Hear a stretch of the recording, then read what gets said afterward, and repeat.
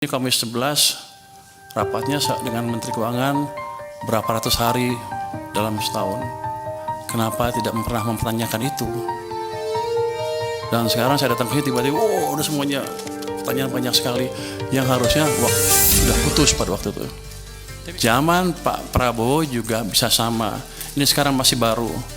Kalau pemerintahnya masih lambat belanjanya dan mencekik perekonomian juga dari sisi lain, dan moneternya juga sama, maka akan lebih buruk dibanding yang dua zaman sebelumnya.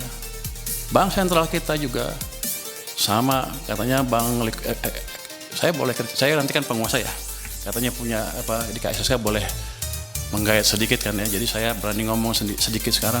Dulu saya nggak berani karena saya di LPS, wewenang saya nggak sampai sana. Jadi dua sisi mengetatkan kebijakan kita. Bank naruh uangnya di bank, padahal uang kita banyak. BI menyerah sampai 800 triliun, pemerintah pada satu titik sampai 500 triliun sampai lebih di bank sentral. Sistem kekeringan. Yang Bapak rasakan adalah yang kemarin demo itu karena tekanan berkepanjangan di ekonomi karena kesalahan kebijakan fiskal dan moneter sendiri yang sebetulnya kita kuasain. Yang jadi pertanyaan saya kan, di sini Komisi 11 rapatnya dengan Menteri Keuangan berapa ratus hari dalam setahun. Kenapa tidak pernah mempertanyakan itu? Dan sekarang saya datang ke sini tiba-tiba, udah semuanya pertanyaan banyak sekali yang harusnya sudah putus pada waktu itu. Tapi nggak apa-apa. Jadi ke depan yang saya lakukan adalah memperbaiki itu sebelum merubah yang lain-lain. Struktural lain kita bisa rubah, tapi quick win-nya di situ. Saya akan balik kondisi yang memburuk karena langkah kita sendiri. Gimana? Ya paling bagus kan percepat belanjaan kan. Oke, belanjanya cepat-cepat. Tapi yang kita tahu itu nggak semudah membalik tangan. Saya pernah tanya Pak Jokowi dulu waktu saya di istana, Pak, balikin uangnya ke sistem. Loh, apa bedanya? Kan nggak bisa belanja juga. Pak, kalau uang Bapak ditaruh di BI, dosa Bapak dua. Satu, Bapak nggak bangun ekonominya. Yang kedua, sistem kering, nggak bisa bangun juga. Jadi kalau balikin ke sistem perekonomian, ke bank, himbara misalnya, dosa Bapak tinggal satu, yaitu satu yang nggak bangun aja, tapi ekonominya bisa jalan. Kalau itu yang dimanfaatkan adalah real sector. Saya ingin tunjukkan lagi ya, kenapa zaman tadi udah cerita belum ya? Zaman Pak SBY tumbuh 6%, zaman Jokowi rata-rata 5% apa di bawah Pak SBY yang Pak Jokowi ya. Kalau Anda lihat di pertumbuhan uang M0-nya, base money, teori dasar moneter itu, di zaman Pak SBY rata-rata tumbuh 17% lebih.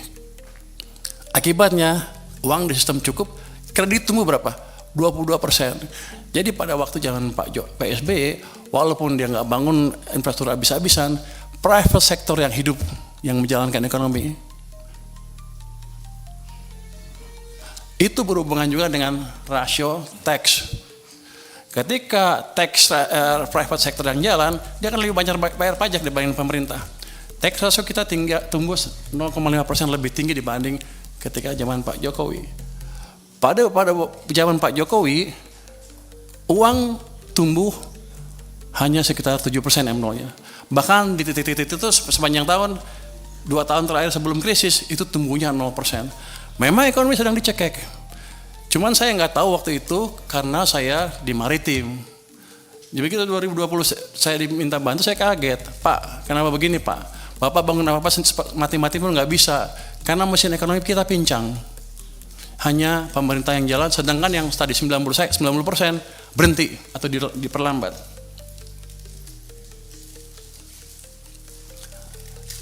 Zaman Pak Prabowo juga bisa sama. Ini sekarang masih baru. Kalau pemerintahnya masih lambat belanjanya dan mencekik perekonomian juga dari sisi lain, dan moneternya juga sama, maka akan lebih buruk dibanding yang dua zaman sebelumnya. Dua mesin mati. Jadi tugas saya di sini adalah menghidupkan kedua mesin tadi, mesin moneter dan mesin fiskal, nanti saya mohon restu dari parlemen untuk saya menjalankan tugas itu. Langkah pertama sudah kami jalankan. Saya sudah lapor ke Presiden, Pak, saya akan taruh uang ke sistem perekonomian. Berapa? Saya sekarang punya 425 triliun di BI cash, besok saya taruh 200 triliun. Sudah jalan belum? Sudah jalan belum? Sudah jalan. Lagi dijalankan. Kalau itu masuk ke sistem, dan saya nanti sudah minta ke Bank Sentral, jangan diserap uangnya. Biar aja kalau Anda menjalankan kebijakan moneter, kami dari sisi fiskal yang menjalankan sedikit, tapi nanti mereka juga mendukung. Artinya ekonomi akan bisa hidup.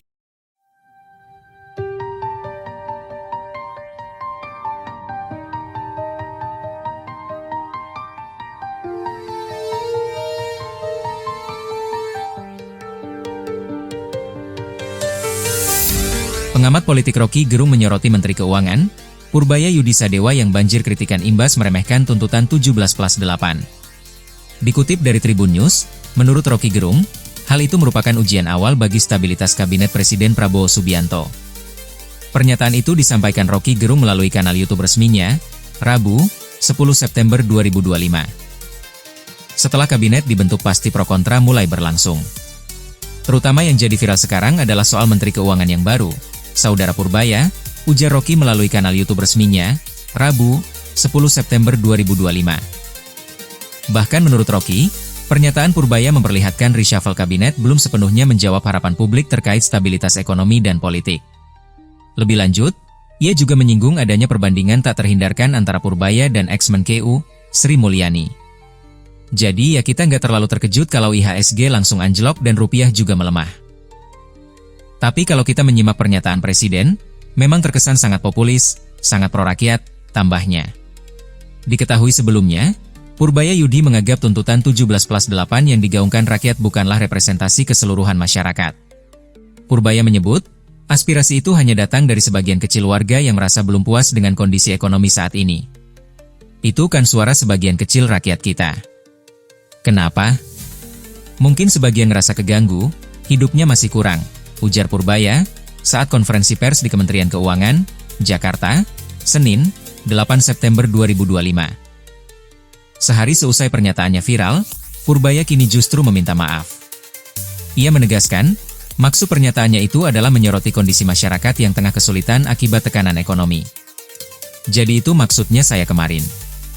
Kalau kemarin salah ngomong, saya minta maaf, imbuhnya.